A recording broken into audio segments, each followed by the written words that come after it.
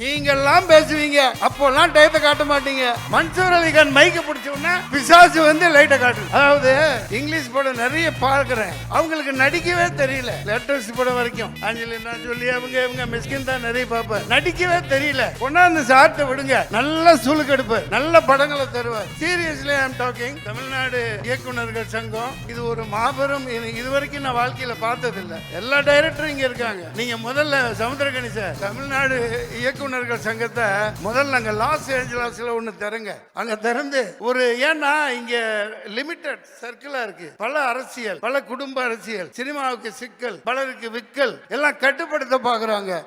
எந்த கட்டுக்கும் அடங்காத ஒரு மாமனிதன் தான் பாலா. அப்படித்தான் இருக்கணும், அந்த பிடிவாதம் இருக்கணும். இதுலயும் பாத்தீங்கன்னா வணங்கான் பாலாவின் தான். பல பேர் சொன்னாங்க வணங்காமுடி வணங்கான். நிறைய நேரம் ஆயிடுச்சு.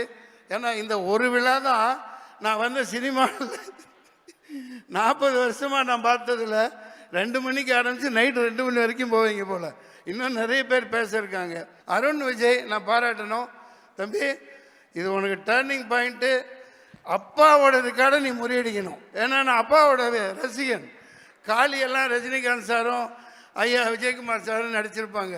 நான் நடித்த முதல் படம் வேலை கிடைச்சிருச்சு, ஐயா கூட தான் நடித்தேன்.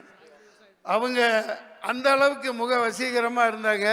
இப்போ ஒரு அழகான ஹீரோவை டைரக்டர் படத்தில் நடிக்கிறீங்க. அழகான ஆள்னாவே பிடிக்காதவருக்கு, ஆனால் நீங்கள் அழகான ஹீரோவாக இருக்கீங்க. இந்த படம் பெரிய வெற்றி அடையட்டும். விஷால் அந்த மாதிரி ஒரு நடனம் இனிமேல் ஆட முடியுமான்னு எனக்கு சந்தேகம்தான். யூத்தாக தான் இருக்கார், அப்படி ஆட வச்சுருப்பாங்க.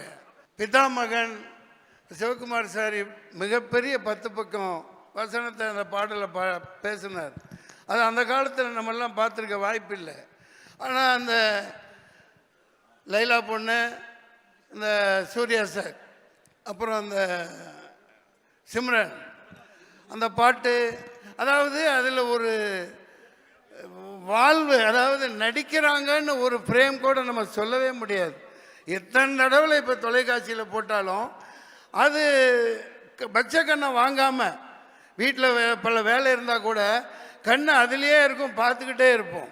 அப்படி இப்போ தாராதம்பட்டன்னு ஒரு படம், சரத்குமார் சார் பொண்ணு பேர் ஐயோ வரலட்சுமி சாரி, அது சரத் ஐயா பொண்ணுன்னு எனக்கு பழக்கம் குழந்தையில இருந்து. அவங்க நடித்த மாதிரியே சொல்ல முடியாது. சசிகுமார் ஐயோ பா.